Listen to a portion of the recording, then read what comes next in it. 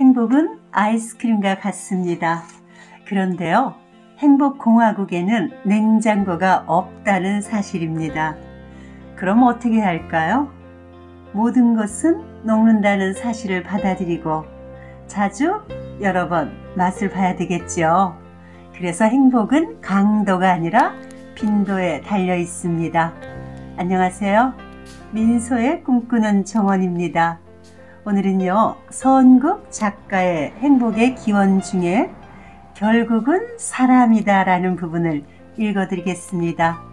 생존과 번식, 진화에 대해서 아주 흥미진진하게 써나간 작품입니다. 책 속에서 만나보실까요?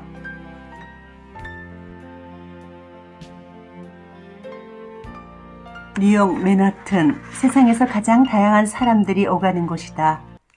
하지만 군중 속에서 고독은 더 커진다고 했던가? 2011년 가을, 이곳에 살고 있던 제프 렉스데일이라는 39세의 남자는 여자친구와 헤어진 뒤 외로움에 몸부림치고 있었다.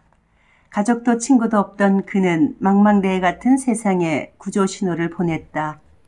노란 종이 한 장에 자기 전화번호와 간단한 문장 하나를 적어 맨하튼 곳곳에 붙인 것이다. 뭐든 대화하고 싶은 사람은 저에게 전화를 주세요. 외로운 제프. 그 후 놀라운 일이 벌어졌다.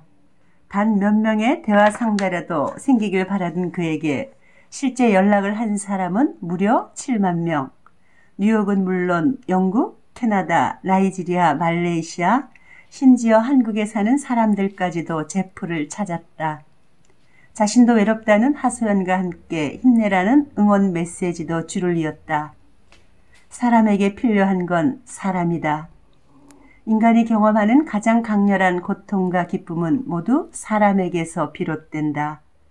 사랑하는 사람의 죽음, 이별, 짝사랑, 인간을 시름시름 앓게 하는 고통스러운 경험이다. 하지만 인간이 느끼는 가장 강력한 기쁨 또한 사람을 통해 온다. 사랑이 싹 틀 때 오랜 이별 뒤의 만남, 칭찬과 인정.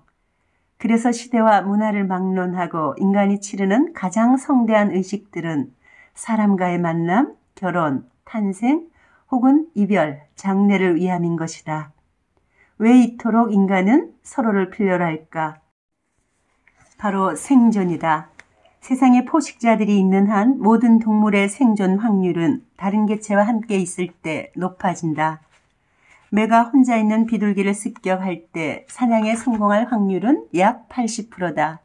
하지만 비둘기가 다른 친구 10마리와 함께 있을 때는 60%, 50마리와 함께 할 때는 10% 이하로 사냥 성공률이 떨어진다. 사람도 마찬가지다. 시카고 대학의 카시오포 교수팀의 오랜 연구에 의하면 현대인의 가장 총체적인 사망 요인은 사고나 암이 아니라 외로움이다. 동료의 존재는 식량 확보라는 생존 과제 해결에도 필요한 자원이다. 짝짓기라는 궁극적인 생존 과제를 해결하기 위해서도 타인이 필요하다. 포유류는 자기 혼자 유전자를 남길 수 없다. 아무리 사냥을 잘해도 짝짓기 상대가 없는 동물은 지구에서 사라졌다. 현대 생활은 맹수나 배고픔의 위협으로부터는 비교적 자유롭지만 여전히 짝짓기는 절대적인 생존 과제로 남아있다.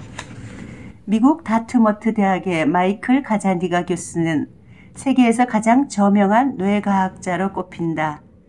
최근 그는 자신의 책에서 큰 질문 하나를 던졌다. 인간의 뇌는 도대체 무엇을 하기 위해 설계되었을까?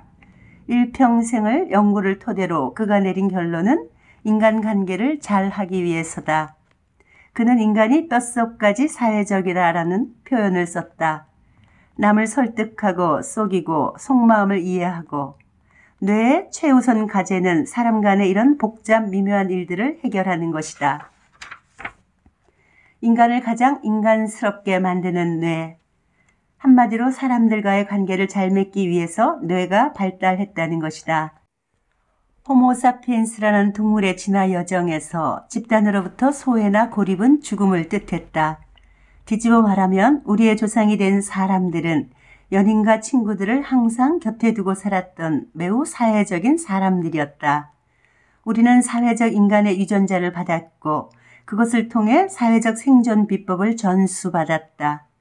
이 생존 비법 패키지를 뜯어보면 두 가지 중요한 내용물이 나온다.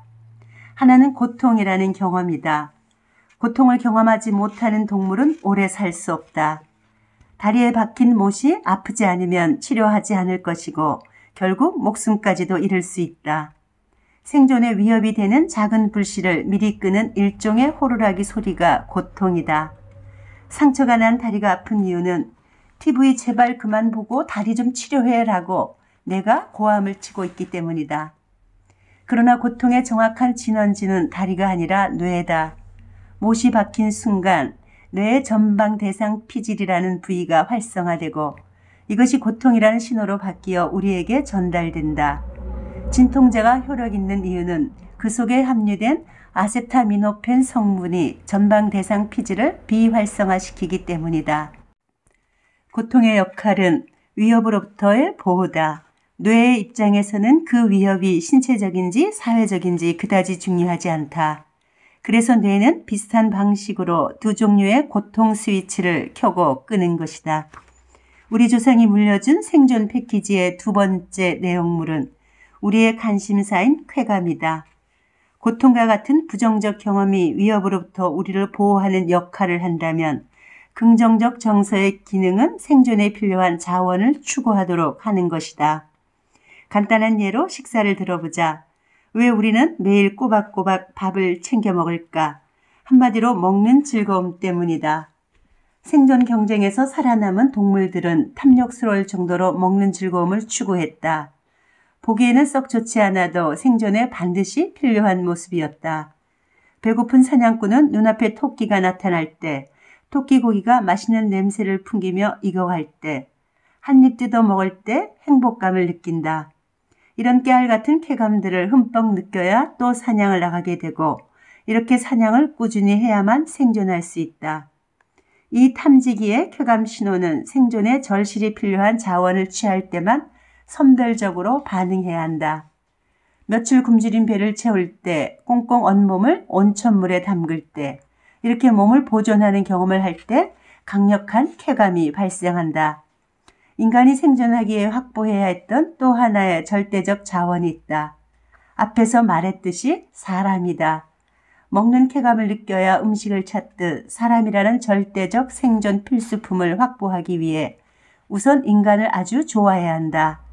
타인을 소닥보듯 바라보던 사람에게 친구나 연인이 생길 리 없다.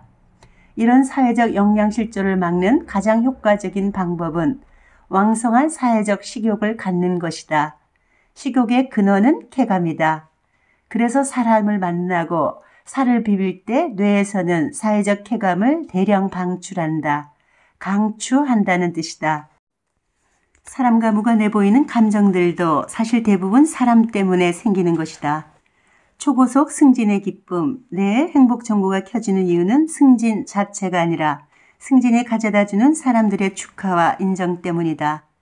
어쩌다 지구에 혼자 남게 되었다고 하자.